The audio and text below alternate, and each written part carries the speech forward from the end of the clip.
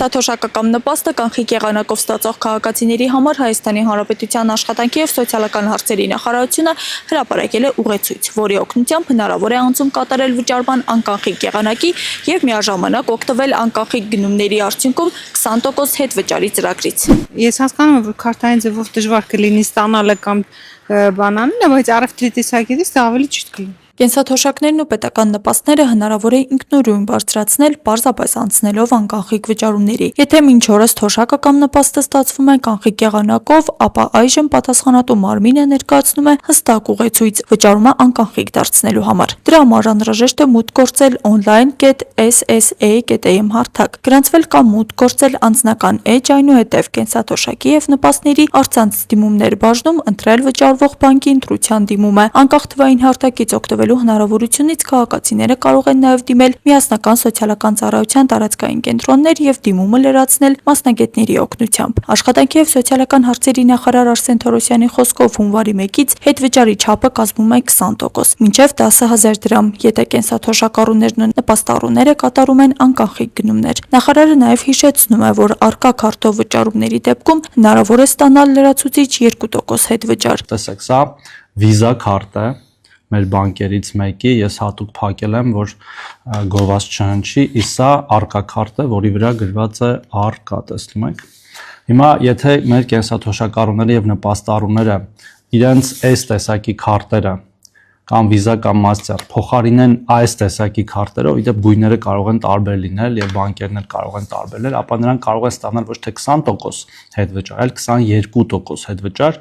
իսկ 2%-ի մասով սահմանափակումները արդեն ավելի մեծ են, մինչև 60,000 դրամի շրջանակներում կարող է տատանվել ամսական հետվճարի չափը եւ հետեւաբար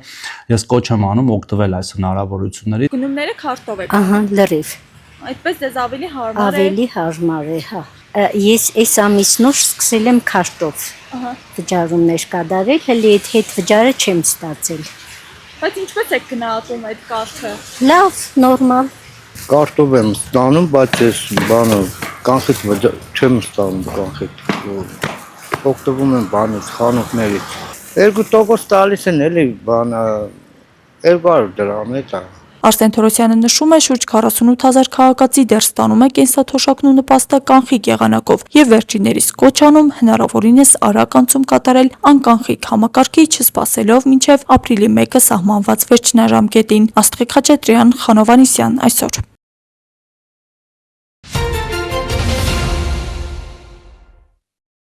Իմ կարծիքով մենք այսօր խնդիր ունենք։ Մենք իշխանության լեգիտիմության հարցը լուծել ենք, իրավակարգի լեգիտիմության հարցը չենք լուծել։ Այս մասին ասել է վարչապետ Նիկոլ Փաշինյանը դատական գործերի քննության ողջամիտ ժամկետների պահպանման խոչընդոտների թեմայով քննարկման ժամանակ։ Թեմայի շրջանակում Փաշինյանն առաջարկել է ժողովրդի եւ իրավակարգի օրգանական կապը հաստատել, ապա հավելել՝ ժողովուրդը պետք է իրավակարգի լեգիտիմությունը ճանաչի։ Ես կարծում եմ, որ այդ թվում արտադրության ոլորտում մենք հիմնական հասկացությունների ճշգրտման հարց ունենք։ Օրինակ, ես փորձեցի գտնել մեր իրականության մեջ ձևակերպված ընդհանրապես ինչ է արդարադատությունը։ Այսինքն կա որևէ տեղ, որ մենք ասել ենք արդարադատությունը հետևյալն է, կամ ինչ է արդարությունը, որովհետև շատ կարևոր են այս հարցերը, գիտեք, բոլորը պահանջում են արդարություն։ Եվ բոլորը պահանջում են արդարադատություն։ Այսպեսի որևէ մարդ չկա Հայաստանի Հանրապետությունում, որ ասի ես պահանջում եմ անարդարություն, կամ ես պահանջում եմ հակաարդարադատություն, բոլորը պահանջում են արդարություն եւ արդարադատություն, բայց կարևորը հասկանալ, իսկ դրանք ինչեր են, որն է մեր հանրային պետական ընկալումը արդարության եւ արդարադատության մասին, ինչ խնդիր ենք մենք ուզում լուծել արդարությամբ, կամ տեսեք այսօր հնչեց դատավորի խիղճ, դա ինչ է, իսկապես կարող է շատ աբսուրդ հնչի, ծիծաղ ինչի մենակ դատավորի, վարչապետի, պատգամավորի, նախարարի, դա ինչ է, հնարավոր է դա ինչ որ ձևով մոդելավորել, ձևակերպել, նկարել, անիմացիայի ենթարկել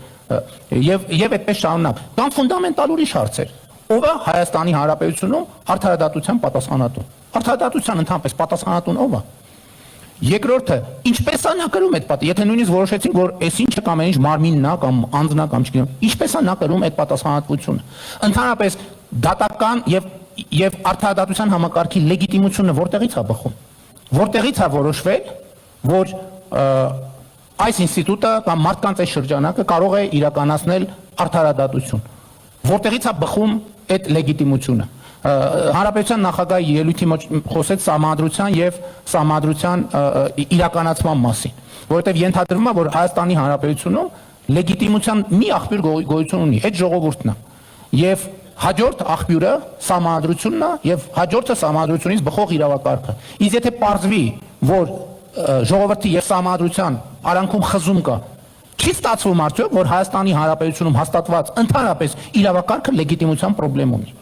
Այսինքն որևէ բան, ես գիտեք ինչի մասին եմ մտածում, որ ընդհանրապես պետությունը իրավունքներ եւ ազատություններ ապահովելու համար պետք է գնա սահմանափակումների։ Ինչու է պետք գնալ սահմանափակումների, որովհետև առանց սահմանափակելու հնարավոր չի ապահովել ազատություն։ Պատկերացրեք, ոչ մի սահմանափակում, ոչ մեկը ոչ մի սահմանափակում չունի։ Դա կվերածվի քաոսի, եւ ոչ մեկի իրավունքը եւ ազատությունը հնարավոր չի լինի բան անել,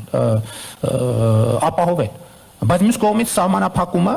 ինքը լարում է առաջացնում քաղաքացիների, մարդու եւ պետության միջև լարում է առաջացնում բոլոր դեպքերում, որովհետեւ ոչ մեկին հաճելի չի, որ իր նկատմամբ հարկադրանքի միջոց են ձեռնարկում, իրան տուգանում են, իրան դատում են եւ այլն, իրան ասում են, որ գիտես ինչ, ես կարմիր լուսի տակ կկանգնես, տեղով փողոցի չանցնես, այլն տեղով, դա բան է, դիսկ կամ պետք է հարկ վճարես, որովհետեւ մարդը ասում է աշխատել եմ, այսքան ինչի պետք է իմ բանի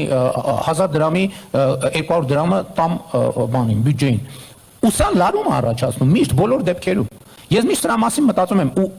իմ կարծիքով լարման, այս լարումը կառավարելու միակ ձևը այն է, երբ որ քաղաքացին համարի, որ դա ինքն է որոշել եւ ինքն է իրանից է բխում այդ իրավիճակը, որ գիտես ինչ, մենք պայմանավորվել ենք մի քաղաքացին եւ քաղաքացիների ամբողջությունը, որ մենք պայմանավորվել ենք, որ այս կանոններով մենք ապրում ենք, հետեւաբար այդ կանոնների մեջ գործող հարկադրանքի կանոններն են, հա ես ընդունում եմ, դե հիմա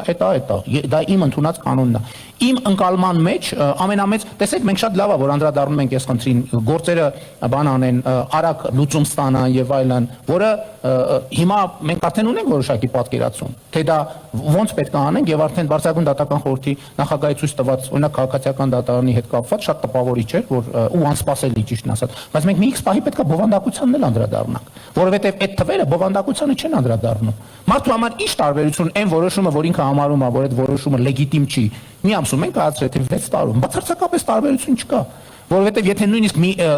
15 օրում կայացնենք կամ մի ամսում, մարդու զգացողությունը դրանից չի փոխվելու, եթե ինքը իրան ներսում չասի, որ գիտես ինչ, հա, սա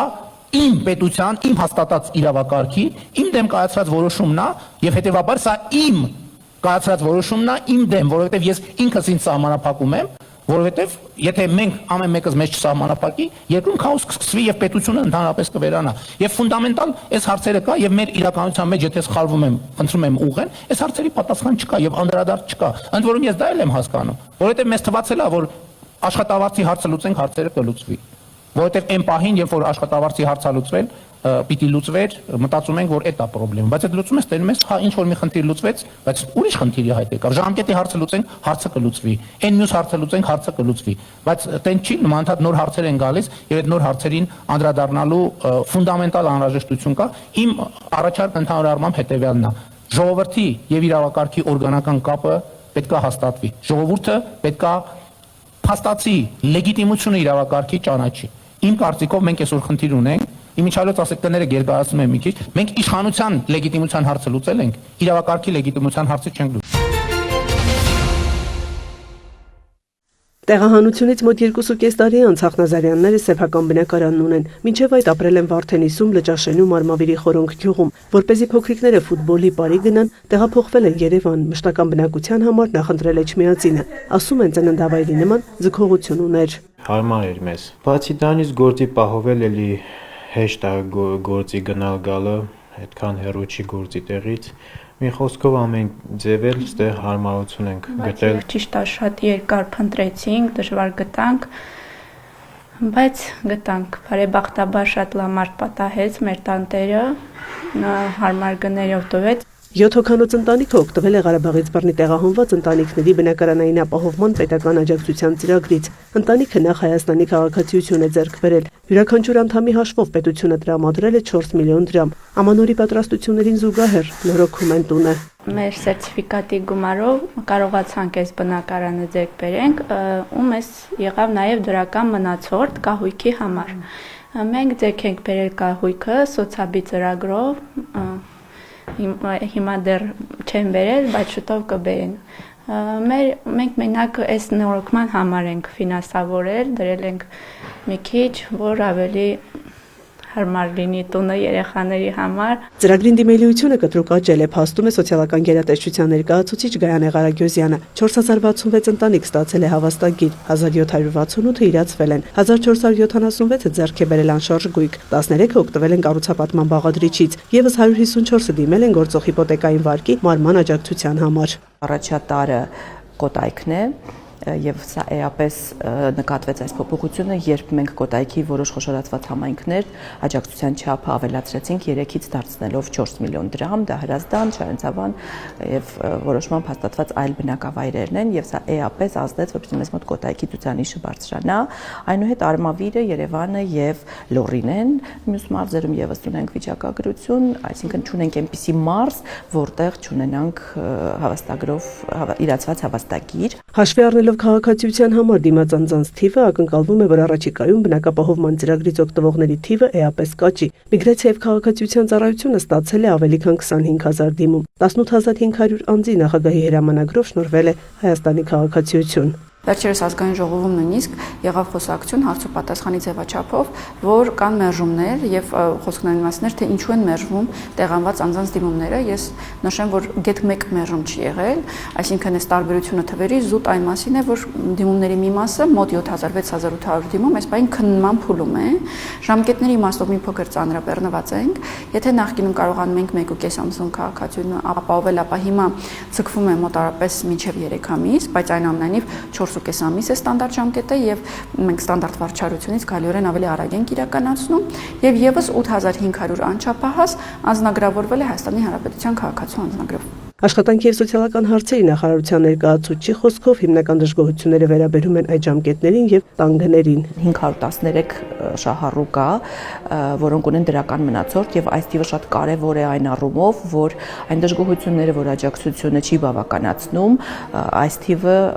ակնհայտ է, որ ունենք ընտանիքներ, ու մոտ աջակցությունից ավելին է եւ 513-ը փոքր թիվ չի։ 513 շահառուից 247-ը ստացել են վերանորոգման վարկ, 281-ը դրական մնացորդով ձեռք են բերել կահույք եւ կենցաղային տեխնիկա, որոնց համար աջակցությունը միանվագ է։ Խանութից ներկայացված հաշիվ ապրանքագրի հիման վրա գումարը փոխանցվում է 3 աշխատանքային օրվա ընթացքում։ 433 միլիոն դրամ միանվագ ուղղվել է կահույքի ձեռքբերմանը։ Ամփոփելով բնակապահովման ծրագրի արդյունքները, Ղարագյոզյանը նշում է, տեղահանված 10 հայրենակիցներ դրական մնացորդով ձեռք են բերել գյուղնշանակության հող։ Եթե խոսենք ընտանիքների կազմի մասին, քանի որ այստեղ եւս ունենք դժգոհություն, որ փոքր կազմով ընտանիքները չեն կարողանում իրացնել հավաստագիրը, ես պետք է նշեմ, որ մենք ունենք 61 ընտանիք 1 անձով, ունենք 129 ընտանիք 2 անձով եւ 179 ընտանիք 3 անձով, ովքեր իրացրել են հավաստագիրը եւ նրանց մեծ մասը առանց հավելյալ վարկավորման։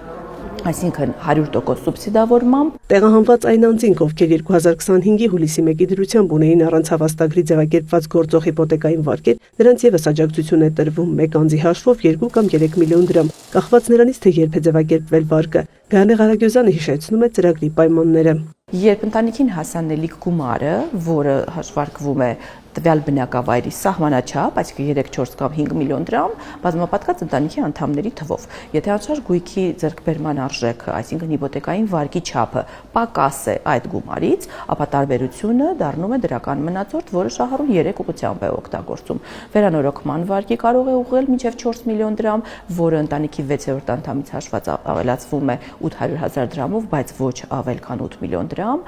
Կարող է կենցաղային տեխնիկա եւ կահույք ձեռք բերել մինչև 2 միլիոն դրամ, որը կրկին 6-րդ անդամից հաշված ավելացվում է 400,000 դրամով, բայց ոչ ավել քան ընդհանուր 4 միլիոն դրամը, եւ մինչև 5 միլիոն դրամ կարող են ուղղել գյուղնշանակության հողամասի ձեռքբերմանը։ Այս ծրագրի համատեքստում հանրային քննարկման է ներկայացված նախագիծ, որով նախատեսվող փոփոխությունը եւս Ղարագյոզյանը կարեւոր է համարում։ Այս պահին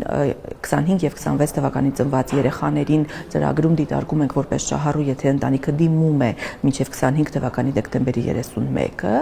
բայց այս պահին հանրային քննարկման ներկայացված նախագծով, որն առաջիկայում կհաստատվի, այդ պայմանը դուրս է գալիս, այսինքն անկախ նրանից ընտանիքը երբ կդիմի եւ երբ կստանա հավաստագիրը, 25 եւ 26 թվականին ծնված երեխաները կհամարվեն ծրագրի շահառու։ Ակտիվությունն այս պահին Ղարագյոզյանը պայմանավորում է ծրագրում հուլիսին կատարված փոփոխությունները օրերով, երբ այն բացվեց թիրախային բոլոր խմբերի համար։ Առաջիկա 5 տարիներին ակնկալվում է, որ բնակարանով կապահովվի 10,000 ընտանիք։ Դժվարությամբ, բայց Հաղթնազարյանները կփորձեն հարմարվել նոր պայմաններին։ Ճիշտ ասած, նպատակներ, ինչ որ հետագայի համար բան չէինք կարողանում պլանավորել, որովհետև չգիտեինք մեր վաղվա օրը ինչ կլինի, բայց հիմա արդեն որ բնակարան ունենք, արդեն կամաց սկսում ենք մտածել մեր ապագայի, երեխաներին լավ ապագա ստեղծելու համար։ Նույնիսկ պիտի զոհից հաղ ստեղծենք, ոչինչ կհարմարվենք, կհամակերպենք այդ մտքի հետ ու կշարունակենք ստեղծել մեր ապագան։ Մեր երեխեքի համար։ Կմնանք ապրեն այստեղ։ Ցանկությունն է, որ նոր տարում որքան հնարավոր է տեղահանված շատ ընտանիքներ այս ծրագրով տանիք ձեռք բերեն։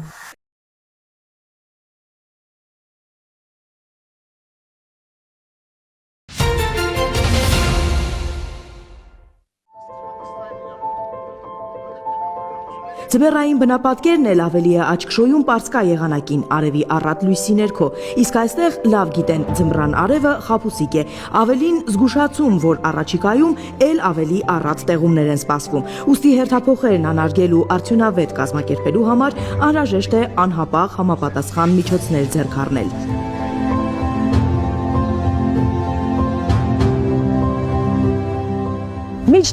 Դիրքային եւ հատուկ նշանակության ճանապարհները սպասարկվում են շուրջօրյա ռեժիմով։ Ձնամաքրման աշխատանքներում անհրաժեշտության դեպքում ներգրավում են նաեւ լրացուցիչ աջակցող ուժեր։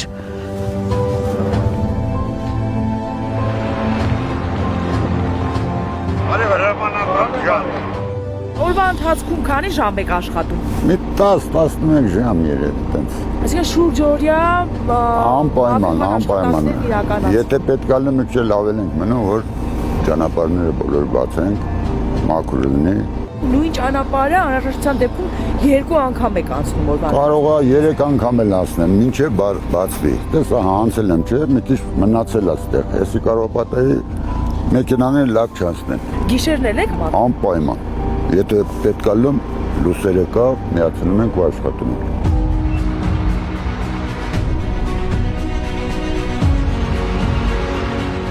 Իսկ արդեն առաջիկա դիրքում պետական սահմանի այս հատվածի պահապաններն են մեզ դիմավորում։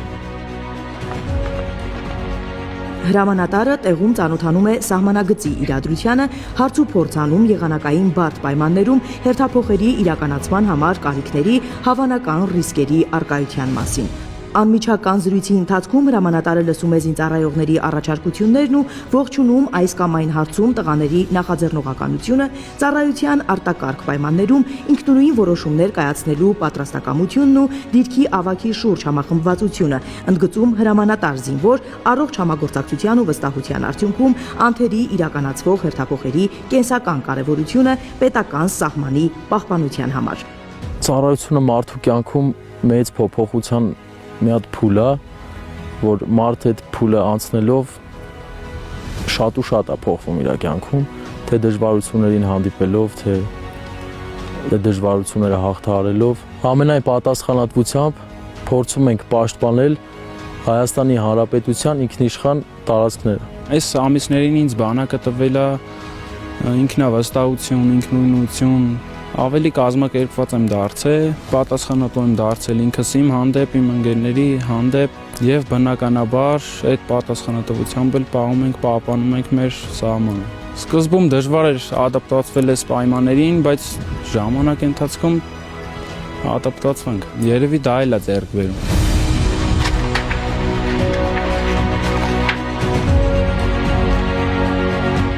Իրավիճակը անձնակազմի վերահսկողության ներքո է եւ սա նաեւ սեզոնային մարտահրավերներին նախապես պատշաճ պատրաստվելու արդյունքում է։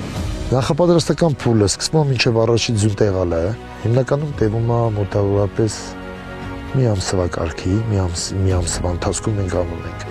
Անձեռնամխելի սնունդը, անձեռնամխելի ջուրնա դիրքերում վառում ենք մենք քարածուխ։ Ու քարածուխի հիմնական վառելիքի ապահովումներն են կատարում։ Բան գնդապետ ինչ ասել է անձեռնամխելի սնունդ։ Բուք եղանակի պատճառով ճանապարհները, որ փակ լինեն, սնունդը չհասցնենք, կա համապատասխան սնունդ, համապատասխան ջուր, որ անձնակազմը պետք է օգտագործի։ Դա հաշվարկված օրերով տված է, ըստ անձնակազմի քանակի։ Տրված է այդ սնունդն ու այդ ջուրը դրա յուրաքանչյուր բանակային դիրքում ըլում է դա։ Դա անձեռնամխելի սնունդն է։ Անցնող տարվա ընթացքում նաև մեծածավալ ինժեներական աշխատանքներ են իրականացվել, մանրամասնում է ստորաբաժանման հրամանատարը։ Կարելի ասել մենք արդեն ավարտել ենք մեր հիմնական ինժեներական աշխատանքները, բոլոր դիրքերում մեր մոտ քարե կացարաններ են։ Խրամատային համակարգը ամբողջ խրամուղիները կարելի ասել վերջացրած է։ Դիտակետերն ու խրամուղիները, ինչպես դուք տեսնում եք, գաբիոներով, քարի գաբիոներով, խրամատները հիմնականում երեսապատված են քարով։ Մեծամասնությունը երեսապատված է քարով, որպեսզի սողանք չլինի, այսինքն հողը չքանդվի լցվի իրանց աշխատած տեղը։ Կրակակետերը բոլորը, փակ կրակակետերը, փակ դիտակետերը անձնակազմում ուժեղ աշխատում է, շատ բարձր մակարդակի աշխատում է։ Մի քիչ ուժերի լարումով, բայց պետքա որպեսզի վերջնականին հասցնենք։ Ցուցալարային կապը գետնատնակ դիտորդ գործում է հարևան դիրքերի հետ, նույնպես գործում է ռադիոկապը, ունենք հոբի հետ Հոպի կառավարման կետի հետ ունենք նույնպես ռադիոկապ տեսանցիկացման համակարգ ունենք, աշխատում է։ Այս զգացողությունը, որ վերս ունեցել եմ բանակային դիրքում, շատ ուրիշ են եւ անբացատրելի եւ վստահ եմ, որ միջև կյանքից վերջ այս ամեն ինչը հիշելու եմ։ Այս տարի ու կեսվա ընթացքում բանակը շատ բան է տվել, թե հոգեպես, թե ֆիզիկապես ավելի ամրապնդվել են, ավելի ինքնավստահ են, շատ ինքնավստահ են։ Ու Աշոտը էլի ինքնավստահ, շատ ինքնավստահ կկանգնի պետական սահմանի իրեն վստահված բանակային դիրքում։ Վարպետ Գառնիկը հերթական պտույտը կանի միջդիրքային ճանապարհներին ու մի փոքր դադար կառնի տղաների մոտ։ Հետո էլի կբարձրանա մեքենայի խցիկն ու հռնդյունով կանցնի հանդիպակաց սարերի հետևը, ինչպես ինքն է ասում, դիրքապահ զինվորին հաց ու ջուր հասցնողի ճամփան բացելու։ Ահա այսպիսին է կյանքը հայրենիքի սահմանին, ուր ամեն օր են համոզվում։ Խաղաղ լուսաբացները թանկ են, շատ թանկ։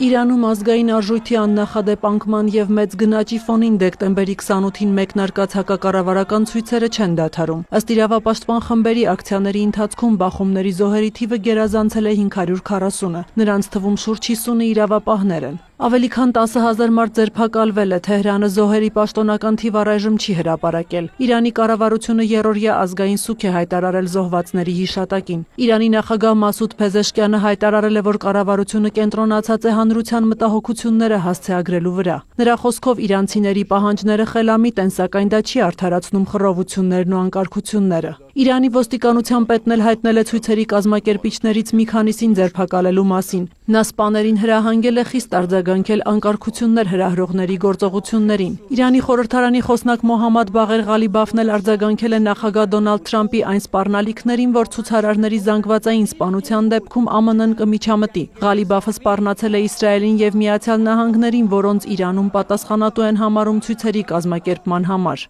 Սխալ հաշվարկներ թույլ չտալու համար իմացեք, որ Իրանի վրա հարձակման դեպքում օկուպացված տարածքները, ինչպես նաև ամերիկյան բոլոր ռազմակայաններն ու նավերը մեզ համար կլինեն օրինական թիրախներ։ Իսրայելի վարչապետ Բենյամին Նեթանյահուն իր հերթին աջակցություն է հայտնել ցուցարարներին, նշելով Իսրայելը դատապարտում է քաղաքացիական անձանց սպանությունները։ Նախագահ Թրամփն էլ կրկնել է Իրանի իշխանություններին ուղղված սպառնալիքները։ Կարծես սպանվում են մարդիկ, որոնք չպետք է սպանվեն։ Մենք լրջորեն հետևում ենք այդ ամենին։ Զինվորականները հետևում են եւ մենք դիտարկում ենք արձագանքի շատ խիստ տարբերակներ։ Մենք որոշում կկայացնենք։ Թրամփը հավելել է, որ գուցե խոսի Իլոն Մասկի հետ Իրանում ինտերնետային կապի վերականգնման տարբերակների շուրջ։ ԱՄՆ նախագահը նաև հայտարարել է, որ Թեհրանից կապվել են Վաշինգտոնի հետ եւ ցանկանում են բանակցել։ Երեք Իրանի ղեկավարները զանգահարեցին, նրանք ցանկանում են բանակցել։ Կարծում եմ նրանք հոգնել են հարվածներ ստանալ Միացյալ Նահանգներից։ Իրանը ցանկանում է բանակցել։ Գուցե մենք նրանց հետ հանդիպենք։ Այժմ հանդիպում է ծրագրվում, բայց հնարավոր է մենք ստիպված լինենք գործել այժմ տեղի ունեցողի պատճառով նախքան այդ հանդիպումը։ Իրանում ցուցարարների մահվան դեպքերի առնչությամբ մտահոգություն է հայտնել նաև ՄԱԿ-ի գլխավոր քարտուղար Անտոնիո Գուտերեշը։ Ցնցված եմ հաղորդագրություններից վերջին օրերին Իրանի իշխանությունների կողմից ցուցարարների նկատմամբ բռնության եւ չափից մեծ ուժի կիրառման մասին, որը հանգեցրել է զոհերի եւ վիրավորների։ Կոչ եմ անում Իրանի իշխանություններին ցուցաբերել առավելագույն զսպվածություն եւ զերծ մնալ ուժի անհարկի կամ անհամաչափ կիրառումից։ 1979 թվականին իսլամական հեղափոխության ժամանակ գահընկեց Արվադ Շահի որդին Ռեզա Փահլավին, որն այժմ բնակվում է Միացյալ Նահանգներում, տեսանյութ է հրապարակել իրանցիներին հայտնելով, որ նախագահ Դոնալդ Թրամփը պատրաստ է օգնել նրանց եւ կոչ անելով նրանց չհեռանալ փողոցներից։ Աշխարհի տարբեր երկրներում Իրանի ցուցարարներին աջակցող ակցիաներ են տեղի ունեցել։ Լոս Անջելեսում բեռնատարի վարորդը փորձել է մեքենան վարել ցուցարարների բազմության մեջ։ Երկու տուժած բուժօգնություն է ստացել տեղում։ Բողոքի ակցիա է տեղի ունեցել նաև Լոնդոնում Մեծ Բրիտանիայի վարչապետի նստավայրի առջև, ուր ցուցարարները երթով եկել էին Իրանի դեսպանատան մոտից։ Իրանում ցույցերի մասնակիցներին աջակցող ակցիաներ են տեղի ունեցել նաև Բեռլինում, Փարիզում, Ստամբուլում։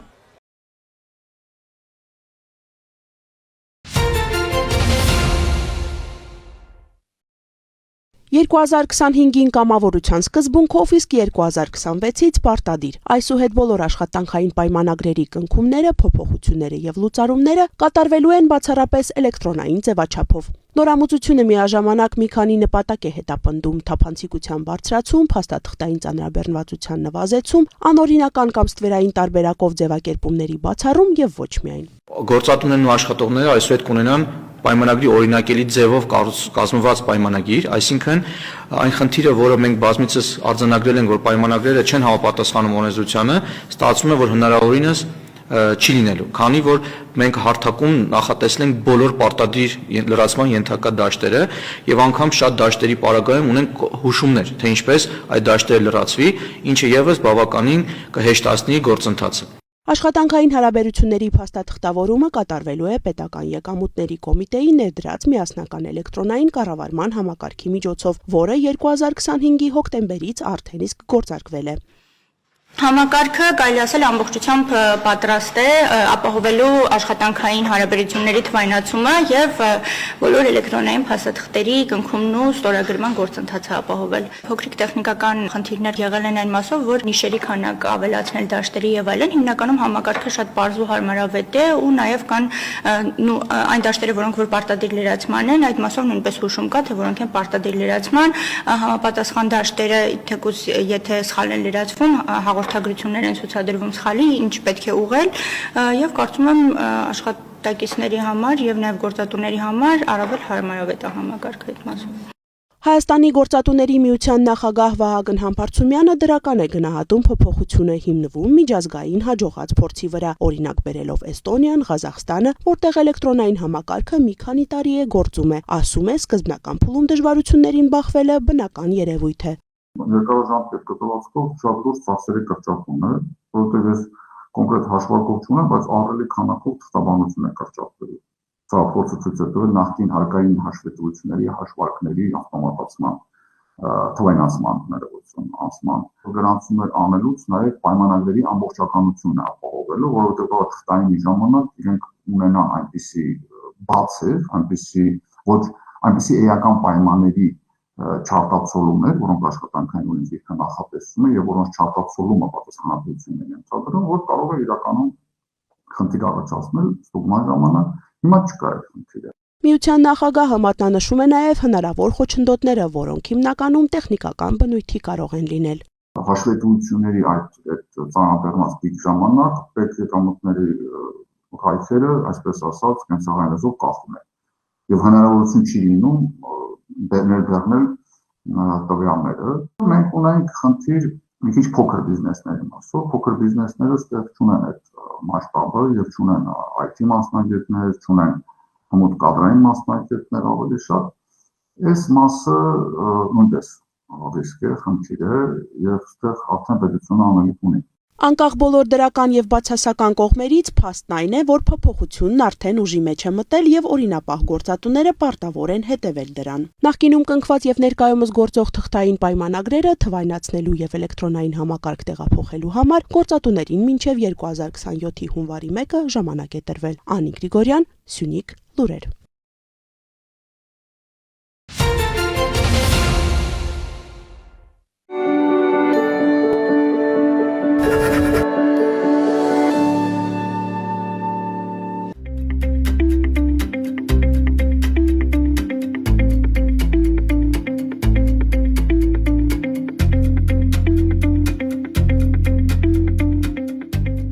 Առաջին հայացքից ամեն ինչ սովորական է։ Հերթափոխը սկսվում է, պարեկներն անցնում են ծառայության։ Նույն համազգեստը, նույն հստակ ու հավաք պահվածքը, իսկ հիմքում նույն նպատակը։ Հենց այս օրինակ առօրյայում էլ դրսևորվում է ներպետական անվտանգության ապահովման գործում նրանց պատասխանատվությունը։ Երևանի գնդի պարեկ Ազատ Սրապյանի դեպքում պատասխանատվությունը սակայն ստուգվում է նաև այլ միջավայրում՝ մարզասրահում։ Նրա կենսակերպին անծանոթ մարդ է դժվար թե գուշակի, որ իր դիմաց ձեռնամարտի աշխարհի չեմպիոն է։ Սպորտը Ազատին սովորեցրել է արձագանքել արագ ու հավասարակշռված, վերահսկել իրավիճակն ու երբեք չզիջել սկզբունքները։ Ոստիկանության համակարգում 2021 թվականից է։ Իսկ ինչի համար փորձեցես,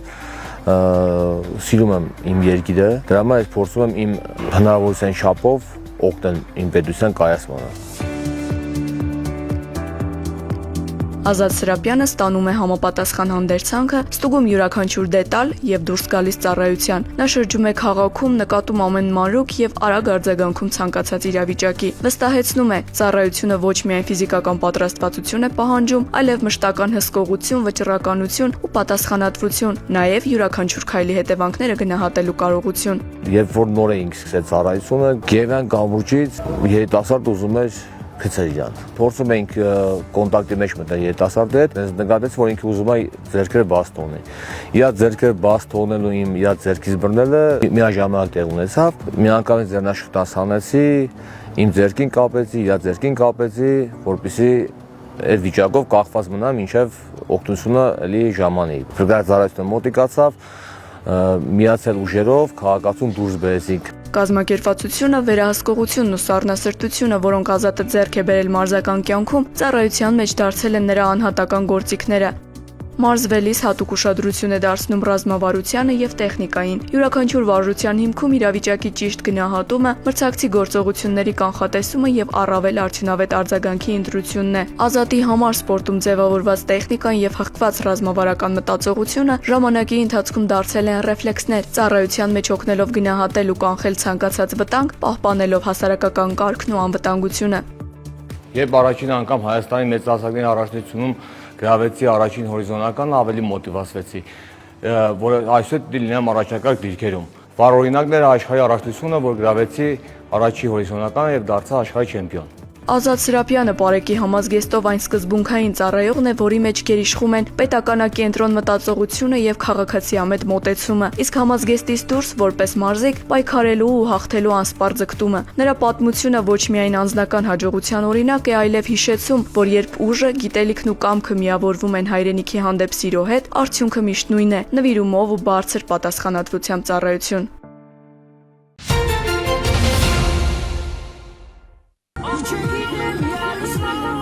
Օրերս համացանցում շրջանառվում էր տեսանյութ, որում ներքին Գետաշեն Մարտունի ճանապարհին մի քանի ավտոմեքենայի վարորդներ երթևեկում են ուղևորների փոխադրման կանոնները խախտելով եւ վարում հանդիպակաց գոտիով։ Գեղարքունիքի մարզի պարեկները պարզել են վարորդների ինքնությունը, մեքենաները հայտնաբերվել եւ տեղափոխվել են պահպանվող հատուկ տարածք, իսկ վարորդների նկատմամբ կազմվել են վարչական իրավախախտման վերաբերյալ արձանագրություններ։ Իդեպ տեսանյութը նկարահանվել էր նորակոչիկներին զինվորական կոմիսարիատ ուղեկցելու ճանապարհին եւ սա նմանատիպ առաջին դեպքը չէր։ Զորակոչերի ընթացքում լինում են դեպքեր, երբ նորակոչիկներին ճանապարհելու եկած մտերիմները մեքենայով խոչընդոտում են նորակոչիկներին տեղափոխող ավտոբուսի ընթացքը, կոպիտ կերպով խախտելով երթևեկության կանոնները եւ հաճախ ստեղծելով վթարային իրավիճակներ։ Տեղեկացնենք մեր քաղաքացիներին, որ նման դեպքերում պատասխանատվություն է նախատեսված նաեւ քրեական օրենսգրքով։ Հարգելի վարորդներ, ներքին գործերի նախարարության ոստիկանությունը հորդորում է խստորեն պահպանել ճանապարհային երթևեկության կանոնները, չվտանգել երթևեկության մասնակիցների, նաեւ ծառայության մեկնող նորակոչիկների կյանքն ու առողջությունը, լինենք կարգապահ եւ օրինահարկ։